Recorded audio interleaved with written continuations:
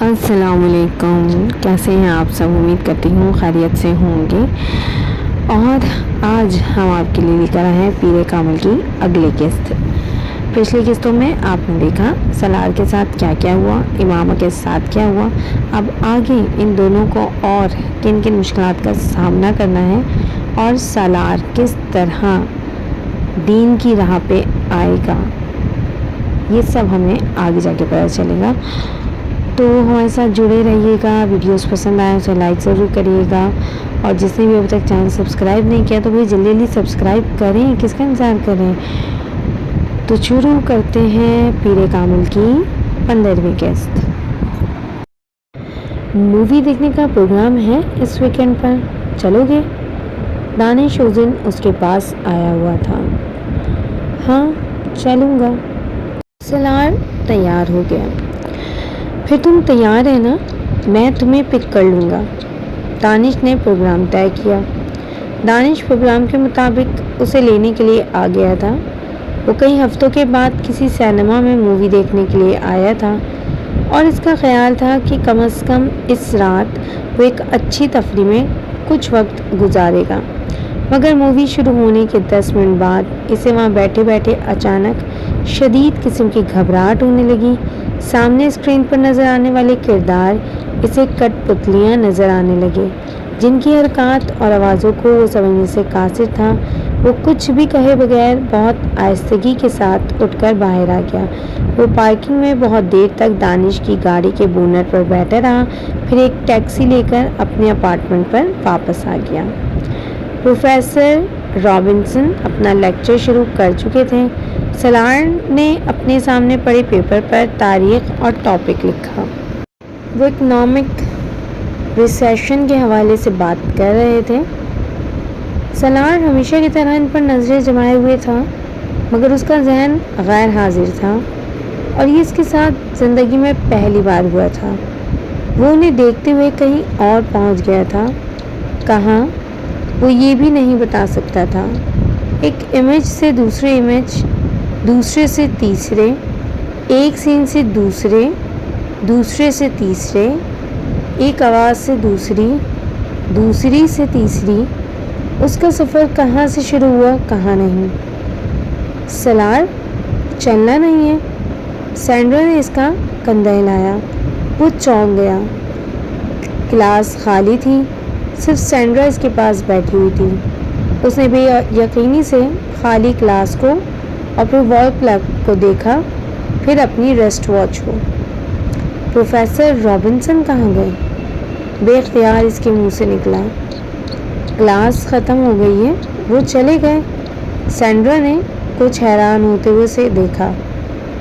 Class ختم ہو گئی؟ اسے جیسے یقین نہیں آیا۔ ہاں۔ سالار نے بے اختیار اپنی آنکھوں کو مسلا اور پھر اپنی سیٹ کی پشت سے ٹیک لگا لی۔ واحد چیز جو اسے پروفیسر رابنسن کے لیکچر کے بارے میں یاد تھی وہ صرف ٹاپک تھا۔ اس کے بعد وہ نہیں جانتا تھا کہ انہوں نے کیا کہا تھا۔ تم کچھ اپسیٹ ہو؟ سینڈرا نے پوچھا۔ نہیں، کچھ نہیں، میں کچھ دیر کے لیے یہاں اکیلا بیٹھنا چاہتا ہوں۔ اوکے، سینڈرا نے اسے دیکھتے ہوئے کہا اور اپنی چیزیں اٹھا کر باہر چلی گئی۔ وہ اپنے سینے پر بازو باندھے سامنے نظر آنے والے رائٹنگ بورڈ کو دیکھنے لگا۔ آج یہ تیسری کلاس تھی جس میں اس کے ساتھ یہ ہوا تھا۔ اس کا خیال تھا یونیورسٹی دوبارہ جوائن کرنے کے بعد سب کچھ معمول میں آ جائے گا، وہ ڈپریشن کے اس فیز سے باہر آ جائے گا جس کا وہ تب تک شکار تھا، مگر ایسا نہیں ہوا۔ وہ یونیورسٹی میں بھی مکمل طور پر اس ذہنی انتشار کا شکار تھا جس میں وہ اتنے دنوں سے تھا۔ پہلی بار اس کا دل پڑھائی سے بھی اچاٹ ہو رہا تھا۔ وہاں ہر چیز اسے مصنوعی لگ رہی تھی۔ وہ زندگی میں پہلی بار صحیح معنوں میں ڈپریشن کا شکار ہوا تھا۔ Studies, university, friends, club, parties, restaurants, سیر و تفریح، ہر چیز اس کے لیے بے معنی ہو کر رہ گئی تھی۔ اس نے دوستوں سے ملنا یکدم چھوڑ دیا،